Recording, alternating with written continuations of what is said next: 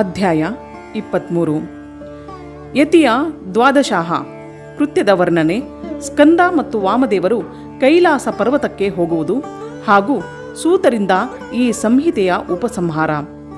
ಸ್ಕಂದನು ಹೇಳಿದನು, ವಾಮದೇವರೇ, 12ನೆಯ ದಿನ ಪ್ರಾತಃ ಕಾಲದಲ್ಲಿ ಎದ್ದು ಶ್ರಾದ್ದಕರ್ತೃವು ಸ್ನಾನ ನಿತ್ಯಕರ್ಮಗಳನ್ನು ಮಾಡಿ ಶಿವಭಕ್ತರನ್ನು, ಯತಿಗಳನ್ನು ಅಥವಾ ಶಿವನಲ್ಲಿ ಭಕ್ತಿಯುಳ್ಳ ಬ್ರಾಹ್ಮಣರನ್ನು ಆಮಂತ್ರಿಸಬೇಕು. ಮಧ್ಯಾಹ್ನ ಕಾಲದಲ್ಲಿ ಸ್ನಾನ ಮಾಡಿ ಪವಿತ್ರನಾಗಿ ಆ ಬ್ರಾಹ್ಮಣರನ್ನು ಕರೆಸಿ ಭಕ್ತಿಯಿಂದ ವಿಧಿವತ್ತಾಗಿ ಬಗೆ ಬಗೆಯ ಮೃಷ್ಟಾನ್ನ ಭೋಜನ ಮಾಡಿಸಬೇಕು. ಮತ್ತೆ ಪರಮೇಶ್ವರನ ಬಳಿಯಲ್ಲಿ ಕುಳ್ಳಿರಿಸಿ ಪಂಚಾವರಣ ಪದ್ಧತಿಯಿಂದ ಅವರನ್ನು ಪೂಜಿಸಬೇಕು.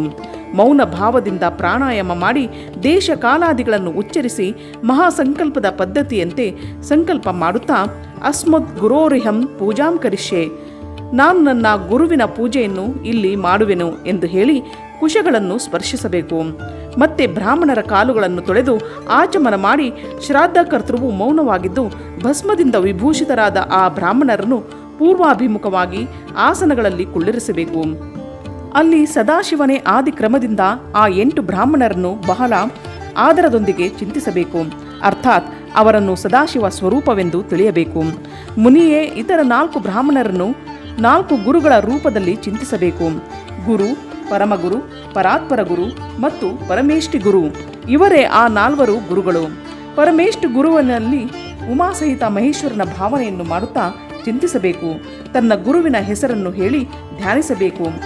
ಅವರೆಲ್ಲರಿಗಾಗಿ ಇದಮಾಸನಂ ಎಂದು ಹೇಳಿ ಬೇರೆ ಬೇರೆ ಆಸನಗಳನ್ನಿಡಬೇಕು. ಆದಿಯಲ್ಲಿ ಪ್ರಣವ, ನಡುವಿನಲ್ಲಿ ದ್ವಿತೀಯಾಂತ ಗುರು ಹಾಗೂ ಅಂತ್ಯದಲ್ಲಿ ಆವಾಹಯಾಮಿ ನಮಃ ಎಂದು ಹೇಳಿ ಆವಾಹಿಸಬೇಕು. ಓಂ ಅಮುಕನಾಮಾನಂ ಗುರುಂ ಆವಾಹಯಾಮಿ ನಮಃ, ಓಂ ಪರಮಗುರುಂ ಆವಾಹಯಾಮಿ ನಮಃ, ಓಂ ಪರಾತ್ಪರ ಗುರುಂ ಆವಾಹಯಾಮಿ ನಮಃ, ಓಂ ಪರಮೇಷ್ಠಿ ಗುರುಂ ಆವಾಹಯಾಮಿ ನಮಃ. ಈ ಪ್ರಕಾರ ಆವಾಹನೆ ಮಾಡಿ ಆರ್ಘ್ಯೋದಕದಿಂದ ಪಾದ್ಯ, ಆಚಮನ ಮತ್ತು ಆರ್ಘ್ಯ ನಿವೇದಿಸಬೇಕು.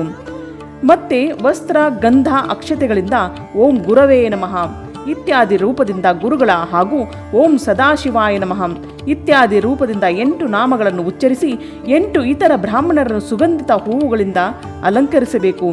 ಬಳಿಕ ಧೂಪ ದೀಪಗಳನ್ನು ಅರ್ಪಿಸಿ ಕೃತಮಿದಂ ಸಕಲಮಾರಾಧನಂ ಸಂಪೂರ್ಣಮಸ್ತು, ಮಾಡಿದ ಈ ಆರಾಧನೆಯು ಪೂರ್ಣವಾಗಿ ಸಫಲವಾಗಲಿ ಎಂದು ಹೇಳಿ ನಿಂತುಕೊಂಡು ನಮಸ್ಕರಿಸಬೇಕು. ಇದಾದ ಬಳಿಕ ಬಾಳೆಯ ಎಲೆಗಳನ್ನು ಪಾತ್ರೆಗಳಾಗಿ ಇಟ್ಟು ನೀರಿನಿಂದ ಶುದ್ಧಗೊಳಿಸಿ ಅವುಗಳ ಮೇಲೆ ಶುದ್ಧ ಅನ್ನ, ಪಾಯಸ, ಭಕ್ಷ್ಯ, ತೊವೆ ಮುಂತಾದ ವ್ಯಂಜನಗಳನ್ನು ಬಡಿಸಿ ಬಾಳೆಹಣ್ಣು, ತೆಂಗಿನಕಾಯಿ ಮತ್ತು ಬೆಲ್ಲವನ್ನು ಇರಿಸಬೇಕು. ಪಾತ್ರೆಗಳನ್ನು ಇಡಲು ಆಸನಗಳು ಬೇರೆ ಬೇರೆಯಾಗಿ ಕೊಡಬೇಕು. ಆ ಆಸನಗಳನ್ನು ಕ್ರಮವಾಗಿ ಪ್ರೋಕ್ಷಿಸಿ ಅವನ್ನು ಯಥಾಸ್ಥಾನದಲ್ಲಿ ಇಡಬೇಕು. ಮತ್ತೆ ಭೋಜನ ಪಾತ್ರವನ್ನು ಪ್ರೋಕ್ಷಿಸಿ ಕೈಯಿಂದ ಅದನ್ನು ಸ್ಪರ್ಶಿಸುತ್ತಾ ವಿಷ್ಣು ಹವ್ಯಮಿದಂ ರಕ್ಷಸ್ವ, ಹೇ ವಿಷ್ಣು, ಈ ಹವಿಷ್ಯವನ್ನು ಸುರಕ್ಷಿತವಾಗಿಡು ಎಂದು ಹೇಳಿ ಎದ್ದು ಆ ಬ್ರಾಹ್ಮಣರಿಗೆ ಕುಡಿಯಲು ನೀರನ್ನು ಕೊಟ್ಟು ಅವರಲ್ಲಿ ಸದಾಶಿವಾದಯೋ ಮೇ ಪ್ರೀತ ವರದಾ ಭವಂತು, ಸದಾಶಿವನೇ ಮುಂತಾದವರು ನನ್ನ ಮೇಲೆ ಪ್ರಸನ್ನರಾಗಲಿ, ಅಭೀಷ್ಟ ವರವನ್ನು ಕೊಡುವವರಾಗಲಿ ಎಂದು ಪ್ರಾರ್ಥಿಸಬೇಕು.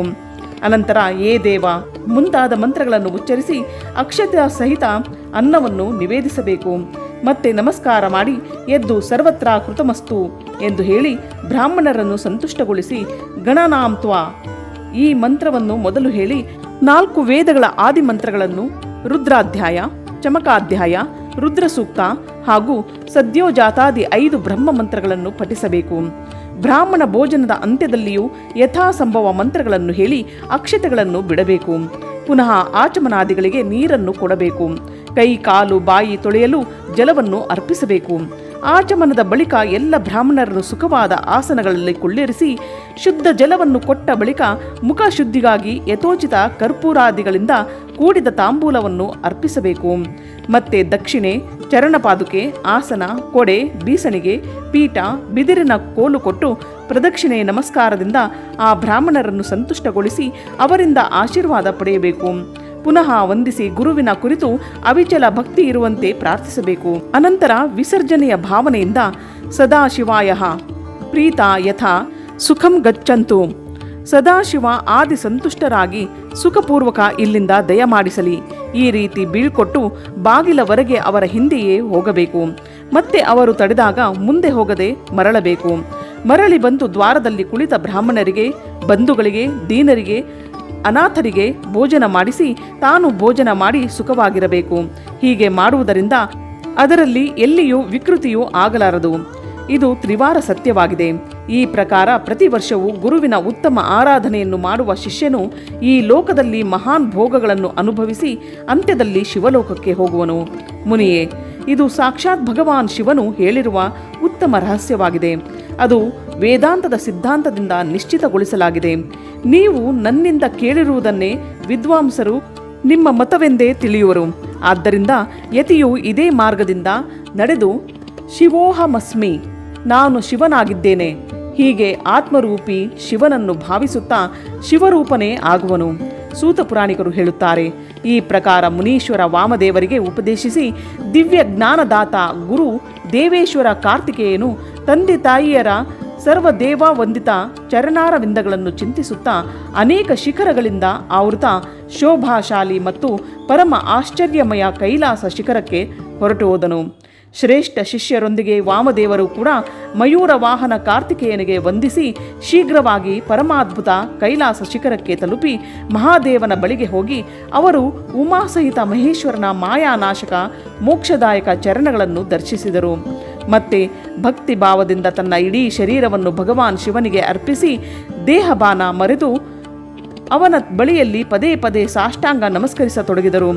ಅನಂತರ ಅವರು ಬಗೆ ಬಗೆಯ ವೇದಾಗಮಗಳ ರಸದಿಂದ ಪೂರ್ಣವಾದ ಸ್ತೋತ್ರಗಳಿಂದ ಜಗದಂಬೆ ಮತ್ತು ಪುತ್ರ ಸಹಿತ ಪರಮೇಶ್ವರ ಶಿವನನ್ನು ಸ್ತುತಿಸಿದರು. ಬಳಿಕ ಪಾರ್ವತಿ ದೇವಿಯ ಮತ್ತು ಮಹಾದೇವನ ಚರಣಾರವಿಂದಗಳನ್ನು ತಲೆಯಲ್ಲಿ ಹೊತ್ತುಕೊಂಡು ಅವರ ಪೂರ್ಣಾನುಗ್ರಹ ಪಡೆದು ಅವರು ಅಲ್ಲೇ ಸುಖವಾಗಿ ಇರತೊಡಗಿದರು. ಋಷಿಗಳಾದ ನೀವೆಲ್ಲರೂ ಕೂಡ ಹೀಗೆಯೇ ಪ್ರಣವದ ಅರ್ಥಭೂತ ಮಹೇಶ್ವರನ ಹಾಗೂ ವೇದಗಳ ಗೋಪನೀಯ ರಹಸ್ಯ, ವೇದ ಸರ್ವಸ್ವ ಮತ್ತು ಮೋಕ್ಷದಾಯಕ ತಾರಕ ಮಂತ್ರ ಓಂಕಾರದ ಜ್ಞಾನವನ್ನು ಪಡೆದು ಇಲ್ಲೇ ಸುಖವಾಗಿ ಇರಿ ಹಾಗೂ ವಿಶ್ವನಾಥನ ಚರಣಗಳಲ್ಲಿ ಸಾಯುಜ್ಯ ರೂಪಿ ಅನುಪಮ ಉತ್ತಮ ಮುಕ್ತಿಯನ್ನು ಚಿಂತಿಸುತ್ತಾ ಇರಿ. ಈಗ ನಾನು ಗುರುದೇವರ ಸೇವೆಗಾಗಿ ಬದರಿಕಾಶ್ರಮಕ್ಕೆ ಹೋಗುವೆನು. ನಿಮಗೆ ಪುನಃ ನನ್ನೊಂದಿಗೆ ಸಂಭಾಷಣೆಯ ಹಾಗೂ ಸತ್ಸಂಗದ ಅವಕಾಶ ಪ್ರಾಪ್ತವಾಗಲಿ.